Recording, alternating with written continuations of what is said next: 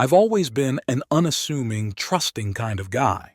My wife, Lisa, had an independent streak that I admired, but it turns out it was more like a two-lane highway for infidelity. The emails hit me like a cannonball to my gut, long, winding love letters filled with intimacy I hadn't felt in years. Phrases like your touch and last night, all from men who weren't me. The worst part, the timestamps traced back to the second year of our marriage. I couldn't comprehend the extent of it. I mean, the second year, for crying out loud. It's like buying a new car and on the second day realizing it's been leaking oil this whole time, and not just any oil, but top-tier premium stuff. The irony was palpable. Lisa and I had been talking about starting a family, and this whole infidelity thing threw me into the emotional equivalent of a tumble dryer. I wanted to be a dad, yes, but not while my wife was moonlighting as a one-woman Mardi Gras. Now all I could think about was whether or not she was still doing this sort of thing and if I should be starting a family with her. That's when I started noticing things. Weird absences, strange phone calls, and a lingering scent of cologne that wasn't mine. She'd been going to the gym before I got off work, getting her nails done on her girls' nights, but never once did it cross my mind that I might be the proverbial cuckold. Fed up, I decided to do some snooping of my own, but work was crazy busy. I needed help, so I did what any self-respecting man driven mad by suspicion would do. I hired a private investigator. That's when things went from bad to catastrophic. My wife was playing house with not one but two other guys. One was a gym junkie, ripped as a comic book character, and the other, a manager at Dunkin' Donuts of all places. I mean, come on, a donut guy? I don't know if I was more pissed at Lisa or the fact that my wife was getting moved by a man who probably smelled like glazed sugar and regret. Enough was enough, I decided. But then Lisa dropped the baby bomb. I could see it in her eyes, pure elation.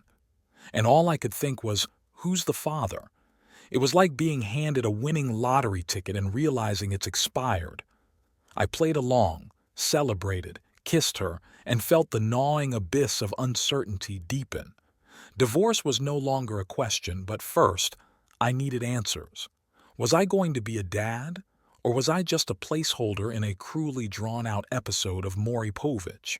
Revenge brewed inside me like a bad cup of coffee. I wanted her to feel what I felt, and I wanted those two clowns out of my life.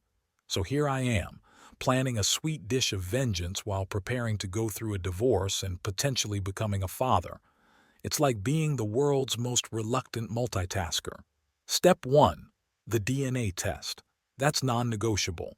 Then, with the information at hand, decide on my next course of action. Divorce. That's for certain. The question is how to go about it. Revenge? Well, it's so freaking cliché, but that's a dish best served cold, right?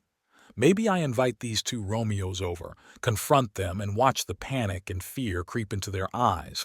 Or maybe I just beat them at their own game, winning back Lisa's affection only to drop her like a hot potato. But here's the thing. I want to build a peaceful life after the storm. You know, one filled with quiet Sundays and no more heart-wrenching emails. Revenge has to be measured, calculated, but most importantly, it has to set me free from the anger, the betrayal, the incessant urge to check her phone every time she steps out of the room. I figured, why not go full Ocean's 11 on this? After all, both these guys were infatuated with Lisa, so what if I turn that against them? Make them suspicious of each other, plant doubts, a few fake emails here, a couple of insinuating texts there, and boom, let their jealousy take over. It might not be as satisfying as a punch in the face, but it's cleaner, legal, and just as devastating. Plus, it has the added bonus of not ruining my chances at a clean divorce. Divorce, the word used to send shivers down my spine, but now it's become my North Star, guiding me to sanity. I'm not looking forward to the process, but it's a hurdle I need to jump. I have a good lawyer, a clear goal, and most importantly, the truth. With those in my corner, I'll get through this. But the baby, now that's the million-dollar question. Is it mine, Or am I just a potential babysitter for someone else's child? The answer will shape everything that comes next. I've already made arrangements for the test, and all I can do now is wait. But whatever the outcome, I'm determined to carve out a peaceful life for myself.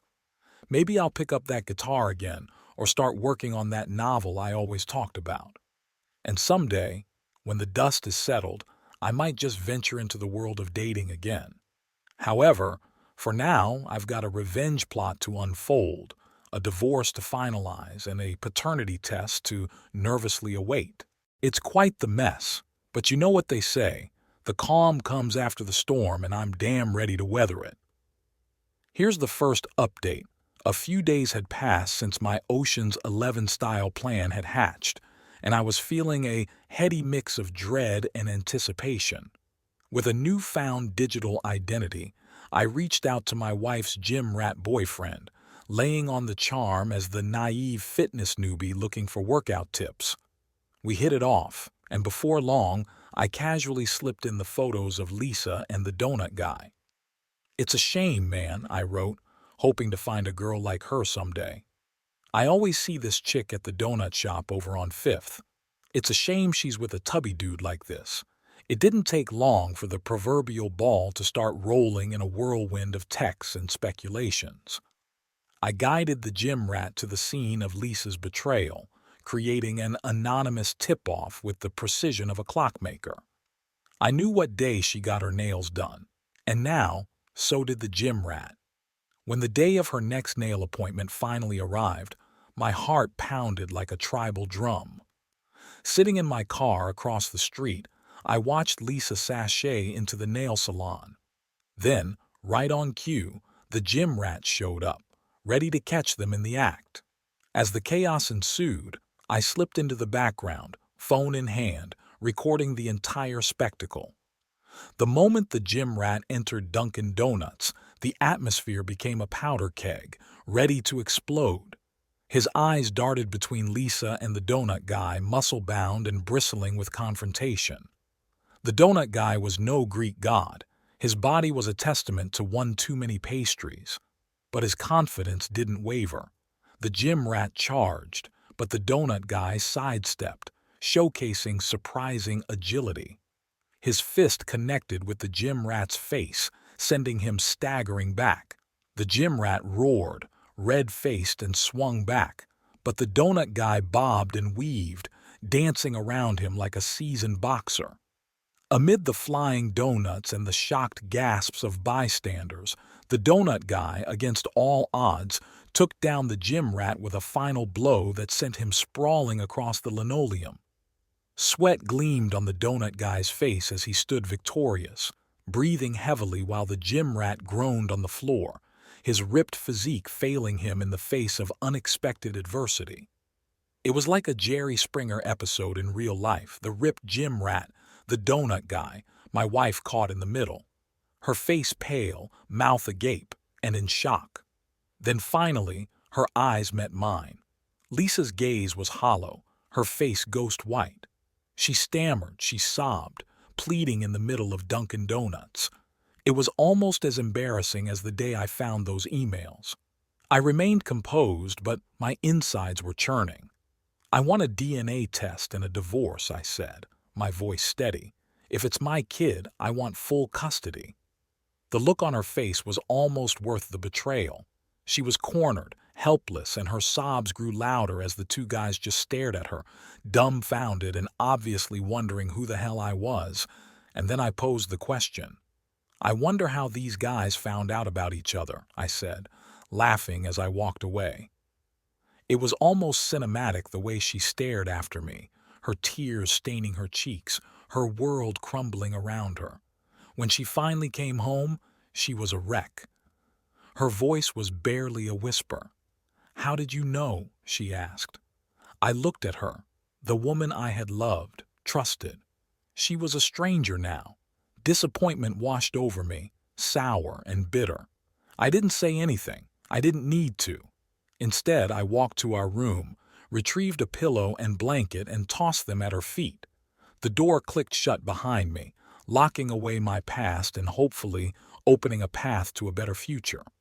This was just the beginning, but I knew I'd weathered the worst. After all, every storm leads to a clear sky, and I was ready to step into the sunshine. Here's his final update. Hey guys, I'm back for one last update.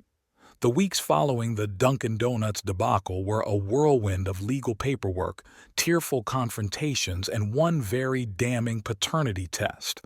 The baby, it turned out, wasn't mine. It belonged to the donut guy, the unexpected victor in this messy love triangle.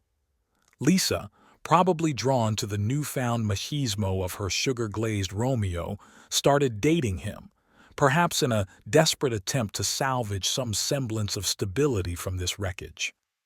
The divorce proceedings were surprisingly smooth. Lisa didn't contest it, and she didn't ask for anything.